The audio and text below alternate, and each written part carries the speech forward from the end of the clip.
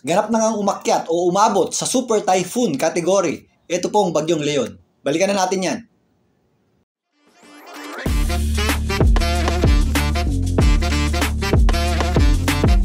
Welcome po muli sa Philippine Weather Trivia. Again, para po sa mga bago sa channel na to, ako nga po muli si Alvin Pura, isang meteorologist at ang inyong weather tito. So tuluyan pa ngang lumakas ang Bagyong Leon at ngayon ay nasa Super Typhoon category na ng Pag-asa. Ito po ay may lakas na hangin na umabot sa halos 185 km per hour malapit sa kanyang gitna at kung minsan may mga pagbugso yang umabot sa halos 230 km per hour. Patuloy po itong kumikilos pa west-northwest sa direksyon at nagbabanta nga dyan sa area ng extreme northern Luzon, dyan po sa may area ng Batanes sa bilis na 10 km per hour. Ang lawak naman po ng sirkulasyon nito ay umabot sa halos 1,200 kilometers na diametro. Sa kasalukuyan, pasok na po sa circumference o sa sirkulasyon ito pong Super Typhoon Leon. Ito pong malaking bahagi ng extreme northern Luzon at ilang bahagi ng northern Luzon. Dahil po dyan, asahan po natin ang masungit na panahon. Yan po ay malalakas na pagulan na may kasamang malalakas na bugso ng hangin.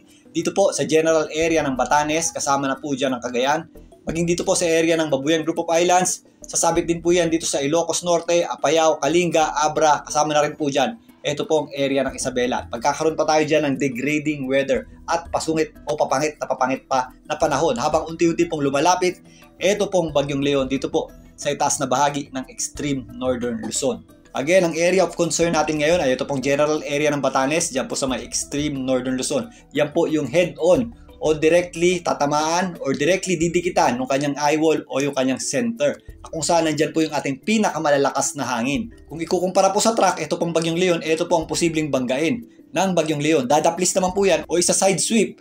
Ito pong area ng eastern section ng northern Luzon. So again, mag-ingat at maghanda po tayo dyan po sa mga general area na yan, lalong-lalo na po ngayong araw hanggang bukas. Ito po ang ating critical times ng pagtawid ng Bagyong Leon dito sa itaas na bahagi ng ating bansa. Posibleng mamayang gabi hanggang bukas, yan po yung ating inaasahan very close approach o posibleng landfall o pinakamalapit ang Bagyong Leon sa ating landmass or kalupaan dito po sa mga isla dyan sa may area ng Batanes. Samantalang, ito naman pong trough o extension nito pong Bagyong Leon ay posible namang magdala ng mga pag-ulan na may kasamang malalakas na bugso ng hangin dito po sa general area ng Aurora. Kasama po dyan ang Nueva Ecija, dito po sa malaking bahagi ng Quezon, maging dito sa Bicol Region, yung pong areas ng Camarines Sur, Camarines Norte, kasama na po dyan ang Catanduanes. Maging dito po sa natitirang bahagi ng Cagayan Valley, kasama na rin po dyan, ito pong mga kabundukan ng Cordillera, lalong-lalo na po ang western section nito. Maging dito sa natitirang bahagi ng Ilocos Region. Para naman dito sa Metro Manila at ang natitirang bahagi ng Luzon, kasama na po dyan ang malaking bahagi ng Visayas.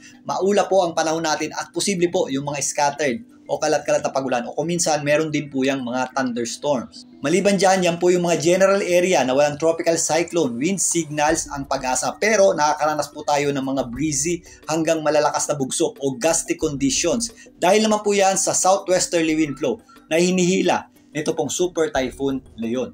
Generally, fair weather naman tayo sa malaking bahagi ng Mindanao. Nagpapakita naman po o maganda po ang sikat ng araw dyan. Pero meron po tayong malalakas na bugso ng hangin din ha.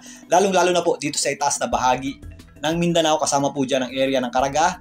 Maging dito po sa area ng Dinagat Islands. At kasama rin po dyan ang isla ng Siargao. So narito po ang official forecast track ng Pag-asa para sa Super Typhoon Leon. Kung mapapansin nyo dito, mas malaki na po ito pong ating kulay pula, yung ating at least 89 km per hour na lakas ng hangin o yung higit 89 km per hour na lakas ng hangin. So yung malalakas na hangin po na mismong associated dito po sa Bagyong Leon ay mas malapit po sa gitna nito. Again, ito pong kulay pula nito o ito pong area na ito ay sasabit sa malaking bahagi ng extreme northern Luzon. Yan po ay posible ngayong araw hanggang bukas habang tumatawid nga ito pong Bagyong Leon dito po sa itaas na bahagi ng ating bansa. By Thursday, yan po ay sasabit na dyan sa may area ng Taiwan at posible po tayong makaranas o posible po tayong makakita ng paghina nito into a typhoon category muli. At posibleng sa darating na Biyernes, ang Bagyong Leon po ay posibleng ang nakalabas na ng ating Philippine Area of Responsibility. So again, base din dito yung ating close approach o pinakamalapit ang Bagyong Leon dito sa ating landmass o kalupaan ay mula ngayong gabi hanggang bukas ng umaga. So again, yan po yung ating critical times o dangerous times para po dito sa area ng extreme northern Luzon, kasama po dyan ang isla ng Batanes. Samantalang, ito namang ating color orange or yellow orange ay sumasabit po sa malaking bahagi ng northern Luzon at ilang bahagi ng central Luzon. Yan naman po yung ating at least 39 km per hour na lakas ng hangin o at least tropical storm winds. So again, mapanganib pa rin po yan ha, especially dun po sa matataas na lugar, lalong-lalo na po dito sa mga kabundukan ng Cordillera at Sierra Madre. Kaya mag-ingat din po tayo sa malalakas na bugso ng hangin na dulot nitong Super Typhoon Leon. Bukas, habang mas mataas na ang bagyong Leon dito po sa ating bansa at malapit na nga po dyan po sa may area ng extreme northern Luzon, dyan sa may area ng Batanes, mas ramdam po dyan ang hagupit o lakas ng bugso ng hangin nito pong bagyong Leon na may kasama rin pong malalakas na pagulan o umabot sa halos torrential rains o halos walang tigil na pagulan dyan po sa general area na yan. So again, mula mamayang gabi hanggang bukas ng umaga, yan po yung ating critical time sa pagtawid ng bagyong Leon dito sa itaas na bahagi ng ating bansa. Samantalang sasabit naman yung kanyang mga panglabas na kaulapan dito po sa area ng Northern Luzon at mas madadagdagan din yung ating mga pagulan dito sa western section nito, kasama po dyan ang malaking bahagi ng Ilocos Region, maging dito sa mga kabundukan ng Cordillera, lalong-lalo na po ang western section nito. Mas magiging maulap din ang panahon natin at mas mataas ang tsansa ng mga pagulan at thunderstorms dito po sa area ng Zambales, Bataan, kasama po dyan ng La Union at Pangasinan na maging dito sa area ng western section ng Calabarzon, yan po ang area ng Cavite, Batangas, kasama na rin po dyan ang area ng Mindoro at malaking bahagi ng Palawan. Aabot din po yung ating inflow ng hangin na posibleng magdala ng scattered o kalat-kalat na pagulan.